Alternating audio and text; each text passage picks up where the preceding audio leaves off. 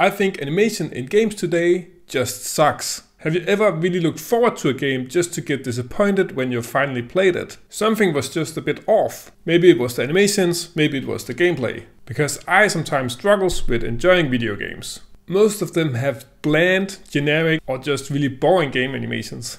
They lack personality, style and flair. It can really kill the experience for me. That's why I made it my mission to bring good quality animations and rigs to games. But how do we fix this issue?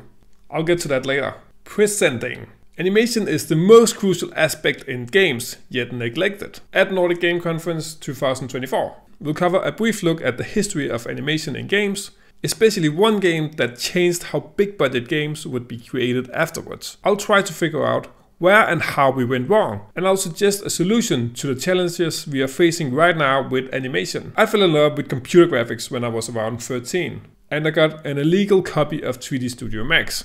More than 20 years ago now. I created a lot of ugly 3D for years before it started to look like something. I loved video games, but I didn't want to work with them because if you think animation in games today are bad, then you would really hate them back then. And you just really couldn't do nice graphics. The low poly count made everything look triangulated and weird, which I know today is a cool art style. Therefore, back then I wanted to create animated films, and I got a chance to do that for a while. However, there isn't much money in animated films in Europe, and games started to look pretty cool. So I decided to get into creating games, and I've been working as a technical wizard, animator and rigger for more than 10 years now. I consider myself a generalist because I know a lot about most aspects of the pipeline, but specialized in rigging and animation. I work as a freelancer, and I've both worked in AAA and indie game companies. Latest at Thunderful Games as a technical animator.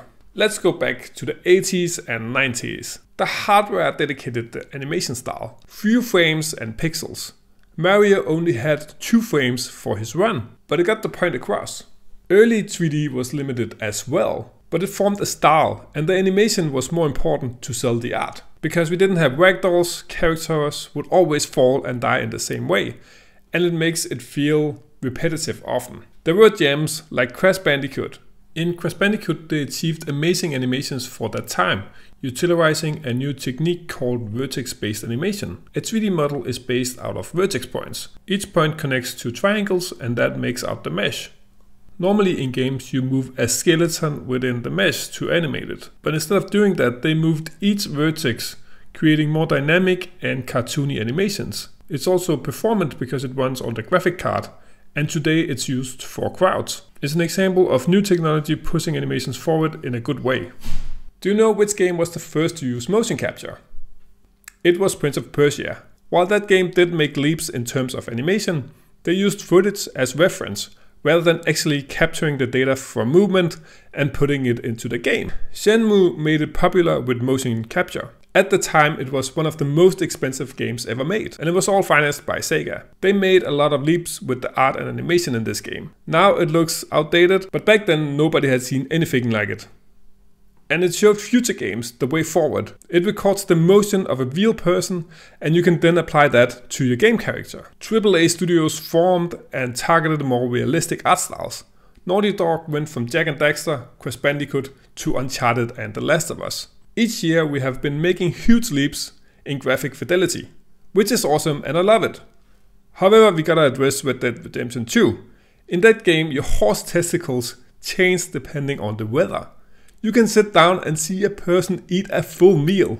There are animations for everything, and I really mean everything. I think we might have taken it a bit too far. And does more animations mean better animations? We'll get back to that as well. What is good animation anyways? I was so impressed by Overwatch when it came out. I loved that game. It had awesome cinematics and was made by my favorite game studio, back then at least. Each character has a different personality and design that fits. But do the animations fit those characters? Yes. Not only that, the gameplay for each character fits them. Tracer can fast dash forward and rewind time. She's energetic and joyful, which translate into her animations. Her run shows her energy and agility. Psychonauts 2 is another great example. Yes, the animations in that game is great, but it's also driven by the strong character design, the backstory and the gameplay. The way the main character moves It feels like it's his unique way of moving. The recent Spider-Man games look fantastic as well. Because the character has been developed for so many years, we all know how he moves. Spider-Man's poses are well defined and easily read because of all the work the comic book artists and animators have put into the character over the years. So can we do realism that works? I don't think I could get through this presentation without mentioning LA Noire. In that game they used an incredible scanning technique to capture the performance of the actor's head, so they could get a very expressive animation. It totally worked out in 2011 and it still looks pretty good today. The tech was later used in films. Without knowing the specifics, I suspect you need to record a lot of animations, and probably that requires a lot of hard drive space. The Last of Us 2, especially Part 2, is another great example. The movement fits the character. Their weight, their facial expressions are all tailored to fit. On top of that, they have an insane system to match breathing, dialogue and their health. It's mixed with a sense of brutality in combat, enhancing the gameplay and feeling of you trying to survive. In this clip, the weight of the backpack feels right. The swing of the axe and gun are believable. All this, and it's not actually how it really works. It's an interpolation of reality. It makes the game feel real and enhances the gameplay and immersion. But in reality, it probably would look different, because reality is not that well tailored to a third-person camera. In reality, your poses for jumping a fence is not that easy to read when you see it. They can be, but rarely are. When you're sneaking in grass, of course the grass is impacted by your movement. When you're close to a wall, of course your hand is on it. When you're opening a door, Ellie uses her shoulder to push it as well, if it's a heavy door. All of this makes sense and create immersion. The animation is affected by the surroundings and the player's movement. Did you know that crouching is extremely hard to do in real life? You can try it and you would really struggle, yet it seems effortless in games. And it doesn't really matter because we buy it as real. And that's why the style of animation in The Last of Us really works. So what did I mean when I said that most animations just sucks? Animation is a tool, and the main objective of animation is to enhance the feeling of the gameplay. A lot of animation in games are lacking direction. The games haven't explored animation styles, but settled for the first thing that kind of worked. If you're making a top-down comic book inspired game, we need to keep that in mind when creating animations. If our game is all about dialogue and interacting with people in a narrative strong game, maybe we double down on facial expressions like LA Noire, where the animations really fulfills its purpose. What I personally don't like about Red Dead Redemption 2 is the sluggishness when controlling the player. It appears that they wanted to achieve realism and therefore needed the animations to play out before the character grabs something or gets to full speed. There's a balance here and it isn't too bad in that game. Some games are way worse with this. I know it can be a style choice, but do we really want the gamers to be annoyed all the time when moving around? We shouldn't try to achieve realism, at least not for most games, because that would be boring to play. We think more animations means better animations, but that's not the case.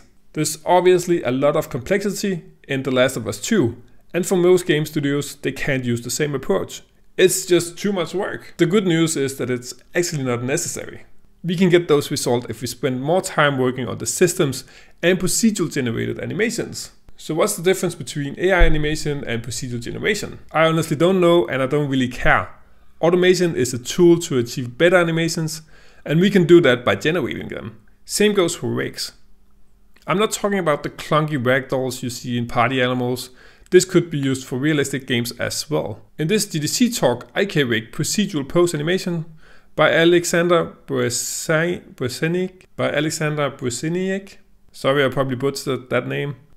He's from Ubisoft and shows impressive tech, which I think will be the future of animation. Unreal is already heading in that direction with their control rig. Basically, you can morph any animation into something with a different weight, proportions, or even personality. They will even adapt to the environment real time. This was in 2016. So we got the tech to do it. Quick quiz, is this a syn curve or is it animation? It's both. In a walk, our core would move like this. It's the beauty of it. All animations can translate into math. The co-founder of Humble Bundle created a game called Overgrowth. And in that game, he didn't make any animations. He did poses and interpolated between those poses, like a syn curve. He only used 13 keyframes for his movement. It's quite incredible, and I suggest you watch his talk from GDC where he goes into depth about this. We focused on gameplay first, which we should, but we have forgotten that the animations should enhance the gameplay. Through my career, I noticed a lot of companies forget that animations are hugely important for gameplay and also immersion. It becomes a race to get the animations done and get them in there, instead of actually focusing on good animations and having a pipeline for it. We focus a lot on getting motion capture to work, cleaning it up and getting it into the game. But what about reviewing it and actually making sure it's any good? We need to set a high goal for our animation quality first, and then we decide the pipeline. A lot of times it doesn't need to be that complicated. We can do a lot with a little, like an overgrowth. If we are restricting our minds with how to get X amount of animations done, we forget to explore and be creative. We shouldn't limit our creativity. Think big and narrow it down later. It's an approach they used in Psychonauts 2 for their levels, and they came up with a lot of unique levels and ideas that I haven't seen in other games. So should you go for stylized or realism? Well, it's not really like 1 or 0. It's a scale and everything in between that. You can go semi-realistic or realistic with a flair. All AAA games end up just aiming for very realistic, and they end up looking the same. I think our method is mostly outdated. We use old technology to go for quantity rather than quality. It's not about having animations for every little motion you can think of. It's about having a good animation system that is diverse and flexible. So if we do have the solution, why don't we execute on it? We forgot one of the most core ideas behind animation. KISS, KISS. Keep it simple, stupid. The newest FC game contains 1,200 different run animations to have signature runs for different characters, which is an insane amount of data. They need to use machine learning to handle all of that. For earlier versions, they even played football matches and motion captured all the players. They now record movement from the actual real football matches and put that in the game. Is that really the right way to go about it though? I think they could have used one run and tweaked it with procedural generation, and from that arrived at the same, but with way less resources. I think in game development today, we have a tendency to overcomplicate. We need the new shiny tech to sell our games.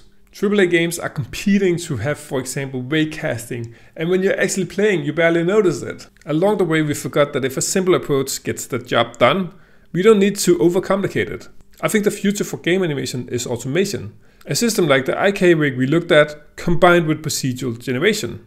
It doesn't need to be complicated, just do a lot with a little. I believe we can make a more efficient production pipeline, not only for game animation, but for most aspects of game development. That's why I decided to offer a new service to my company that makes it easier, faster and cheaper to get high quality animations and rigs. It's a subscription service for animation production. If you're interested, you can check out my website and read more about it.